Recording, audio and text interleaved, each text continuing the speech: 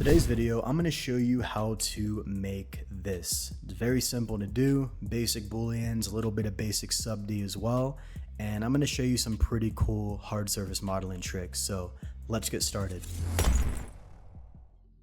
And if you're brand new to hard surface modeling and want to learn our full workflow in under 2 weeks with about 30 to 60 minutes a day, like nearly 5,000 students have done at this point, check out our accelerator program in the link below. So first thing I want to do is delete the default cube, and we're going to add in a cylinder with 16 vertices. The reason I'm doing 16 is because I want a lower resolution to support the sub D. So I'm going to go ahead and rotate that 90 degrees, scale this like that. I'm going to go into the front view and then add in a cube, and we're just going to move this over to about this point and then move this back to about this point. And then I'm just going to go ahead and go into edge mode, move this edge over to here, and then simply run a difference Boolean on this object.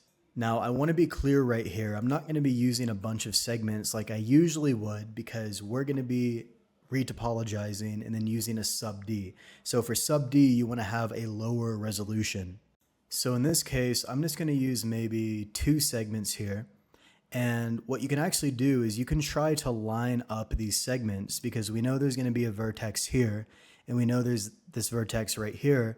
And if we're going to be merging those, we can kind of try our best to line that up right on top of it. So I could do that. And then what I could even do is I could scale this up. This kind of depends how large I want this effect to be. I'm going to scale it up to about here. And these don't have to be like perfectly, positioned, but that can help. So I could kind of move that back on the X and just try to get these vertices as close to each other as possible. So that way we don't have to physically, bend the cylinder too much. So again, I'm not going to get too picky with this. I can just move it to about there. And then I'll just go ahead and Alt X with hard ops. I'm going to change the origin point to cursor. Make sure this menu is turned on. Can mirror to the other side. It's a bit too close, so I'm going to go to about there and maybe scale that up slightly. Just kind of depends on how we want this to look. This is, let me see, I think right around here is going to be fine. Definitely going to have to do some merging, so that's one thing to keep in mind here. So I could scale this down, maybe move this back. That should be fine, and then we should have an easy merge. So I'm going to go ahead and hide this. Let's apply that Boolean, just like that. And then we're just going to quickly merge these areas here. So M merge at center. And actually, before I do that, just so I'm not bending this whole edge right here, which is going to cause some shading errors, what I could do instead is I could drop in a loop cut. Just go into top view. I can add in a loop over to here. Let me just scale that on the Y to 0. Now I can only add in a loop. I can't really do it because there's end gone. So what I'm going to do instead, just go to top view, K for the knife feature, and then click, C, and then the constrain feature. I don't really use the knife tool too much. So what we're going to do is choose X, and then C should be cut through. Click, and then press enter, just like that. And there we go. And then I can kind of move this over. And now it's only going to bend this edge here up to this point. So I can merge that right to there. And this one, I could just merge right to there. That's fine. And then just to keep this nice and even, I'm going to add in maybe 4 loops right there. And then I'm going to add in, or just join that together, add in maybe 2 loops right there. Let me just use a symmetrize to symmetrize this whole thing. I can just go ahead and join that up. Just try to keep this as even as possible. And I'm going to add in a loop through there as well. And maybe just dissolve that one out with Control X. And again, you can kind of play with this. It's not going to matter too much because of the shape we're making. But just try to keep that, relatively even. All right? And that should be fine. Now I'm just going to go ahead and symmetrize and make sure I turn off the remove redundant center. This is a mesh machine feature. You can also do this in vanilla Blender. You go to mesh, symmetrize, and then we're going to go from positive Z to negative Z. Could do it that way as well. But we haven't applied the rotation because we rotated it at the beginning of the video. So Control A, rotation, and then you can just go in, you can use the symmetrize that way. It's way slower. I don't like it, but that's another way to do it. Cool, so now what I want to do here is I want to run a sub D. You can see everything here is quads, which is fine. I'm not too worried about how the flow is going in this case. I'm more worried about the shape, all right? So if I try to run a sub D, so Control 1, Control 2, Control 3, it's going to kind of have this result. So what I want to do is I want to hold the hard edges here. So we can actually control click around to all the hard edges. Even better, you can go to select sharp edges. It's not going to select the right ones. We just have to adjust this a bit, kind of like that. And then what you can do is you can press the N key and then turn the mean crease to a value of 1. So if I add a sub D and then I increase the mean crease, watch what happens. It fully hardens those hard edges, which is exactly what we want. Just make sure it's not selecting any random areas like that. And you might be wondering, what about, the n-gon right here? Well, I could technically just join that into a quad. That's fine. It doesn't matter in this case because it's a flat area, and we could easily just limit it, dissolve that out. Doesn't matter though. We're just going to run that sub D. I'll use, in this case, I think we only need 2 levels. Otherwise, it's going to get a little bit dense. So I think 2 is fine. Should make it nice and easy. And then I can go ahead and just apply that sub D basically. And now we're going to have a shape like this, which is perfect. Now what I want to do is I want to bevel this area. But we have geometry in the way. So what I'm going to do is select everything, X, limited dissolve, and I'm going to set this to a very, very low value, like 0.01 maybe, 0.1. It's not going to dissolve out what I want. So what I'm going to do instead is select one face, Shift G, coplanar, F to fill that. And then same for this area. This is all perfectly flat, by the way, and then it starts curving in. So I can do it for here as well. Can fill that. And then we're going to have like some extra areas up here that don't really matter. So what I could do is just box select that, limited dissolve, and it's not selecting the entire area I want. So in this case, it might just be easier and just dissolve out a few of those. It's fine. You can dissolve out all of them if you want.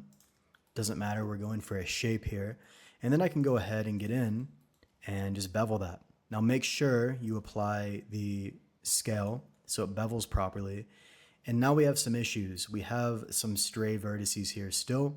So what you can do with machine tools is you can just press the 3 key. The only way this will work is if inside of machine tools, it's like a $5 add-on. If you don't have it, then make sure you get it. What you can actually do is you can turn on all these features right here and then just select everything 3, and it'll get rid of the junk we had before. So all those stray vertices, it'll clean them up. Now I can just go in here, bevel that, symmetrize down to the bottom, and there we go. Now we have this shape, which is perfect. And you might be wondering, oh, what about the topology? Well, if you need clean quad topology, then, you're going to have to do that. If you don't, the point of this tutorial is for basic hard surface modeling, then it doesn't matter. Literally doesn't matter. If you were to make this in a CAD software and export it to Blender, the geometry would look like shit. There would be no quads. So pick your battle, figure out what you're using the tool for, all right?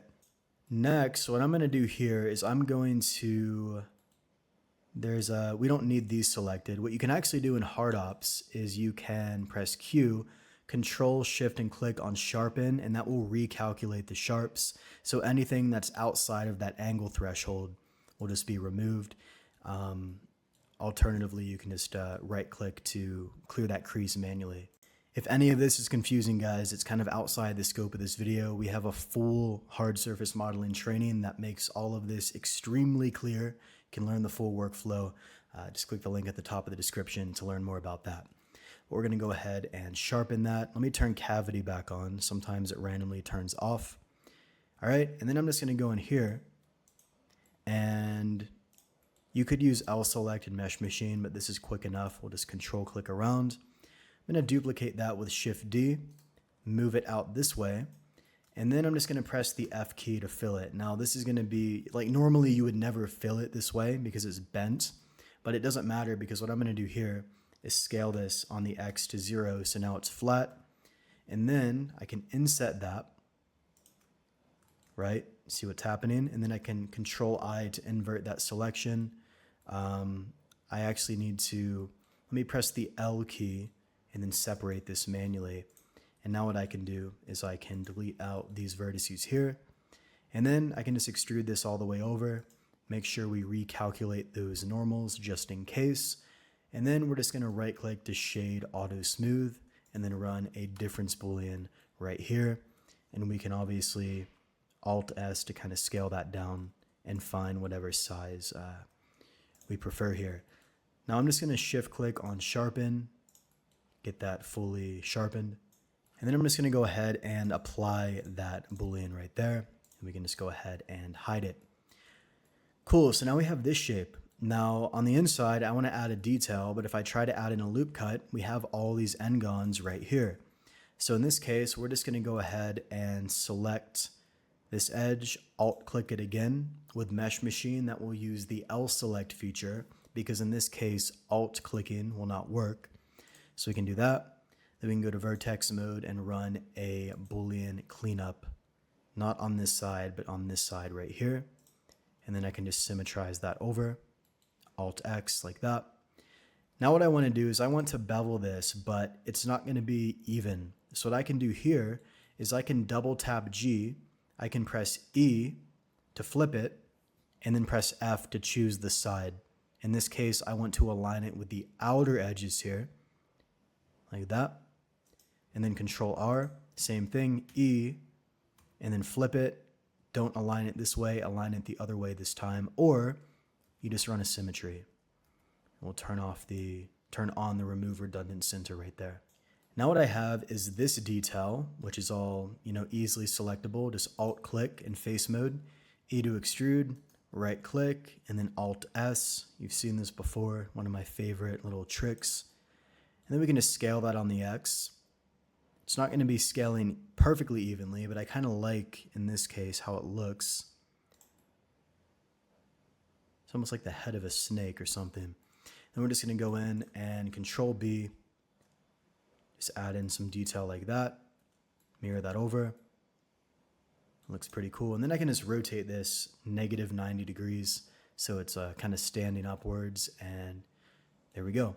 So looks pretty good. I'm going to go ahead and select this outer area as well. I'm just going to add in a very, very tiny chamfer. And then I'm going to add in a cylinder. And since we're done with the sub D part, because we already made the shape, I'm going to change this to 64 vertices, shade auto smooth, move this up a bit. And then just to make one of these shapes, I can scale that a bit. Then I'm just going to kind of turn off overlays, figure out where I want to position that. I think right here is good. And then I'm just going to shift click on sharpen. Do something like that. I could even go into this cutter, select that bottom face and bevel it. And then just make a shape kind of like that. And then we'll just go in, apply that Boolean. And then for right here, I can add in another chamfer. However, it's going to start overlapping almost immediately, as you can see. So we're just going to simply add a buffer with offset cut and just kind of move that down. And then we'll just go in, we'll bevel that. We always get somebody, they're like, stop promoting your add-ons. These aren't our add-ons. We're not the creators of them. So, get the right tools for the job, guys. I'm not going to sit on this channel and pamper to people who want to, mow the lawn with scissors. I'm going to show you which tools I use in my workflow, and I'm going to show you how to use them appropriately. If that bothers you, go find another channel, that's going to give you the slow way so you just don't accomplish anything. I'm going to show you the efficient tools and how to use them. It's like actually astonishing sometimes. Like people would rather spend hundreds of hours than just save the hundreds of hours and spend 30, 40 bucks. It makes no sense to me in any realm, but that's, the level of intelligence some people seem to have. So there you go. Rant over. We're just going to go in, sharpen that up, and I'll do something like that. Now in this case, if I go too high, it starts sharpening the areas I don't want. You can kind of see what I mean. So in this case, what you can actually do is you can just select these manually, right click, mark sharp, right click, and then mark sharp. You can do something like that. And then we have some shading errors in here. The simple reason for that is because of all these n-gons. So again, I could just use a Boolean cleanup right there. So the shading is now just going to be in those areas. You can see that cleaned it up very quickly. Here's the before, after. So very simple solution. And I think we're about done here. The last thing I want to do is add a bevel modifier. I'm going to press the N key for hard and normals. And what we're going to do here, actually in this case, I might need to turn that off and use a weighted normal. There we go. And then I just need to increase the angle here on the bevel. But again, the same thing's going to happen. Once it captures this upper area correctly, it's going to unfortunately bevel this lower area. So what we can do again is just like we did with the sharp, we can right click to add a bevel weight, set this to 1. Same right here, right click to add a bevel weight, set this to 1, and then just change the limit method here to weight. Now all of these areas here don't have a weight set to it. So let me show you a simple trick. Since all of these already have, actually these do have a weight set to it. I just think it's this inner portion. So I can select this inner portion here, mean bevel weight, and just set that to 1. So now the bevel is only going to work on the areas I have set with a mean bevel weight. Hope that makes sense. Then I'll just symmetrize this over to the other side. Pretty simple. And then there's like a minor shading problem if that bothers you. What we could do here is maybe just join that. Might kind of help it a little bit. That's still, you know, an n-gon right here. It's still bent, so there's going to be limitations there, but it's not that big of a deal. So there's a quick hard surface modeling exercise using very, very basic sub-D to create the shape that we want. And then once again, back to our Boolean workflow and just using some of the more basic features in combination with each other. And then you can kind of get fancy. You can play with like mirror modifiers and, you know, create all sorts of cool shapes like that. Like mirror is one of the easiest ways to make the shape like even cooler. Like imagine how difficult this would have been if we weren't using a mirror. Like we would have had to, you know, do the bottom portion. So you can just use a mirror modifier and, you know, create a cool shape like that. And then that gives you like a lot more like permutations and design language to kind of play with, which is pretty cool. You know, I could get in here, I could apply that mirror, and then I could even get in here and do kind of like what I did before, right? Could E and then F to flip it, and just symmetrize that down. I could make a detail here on the inside.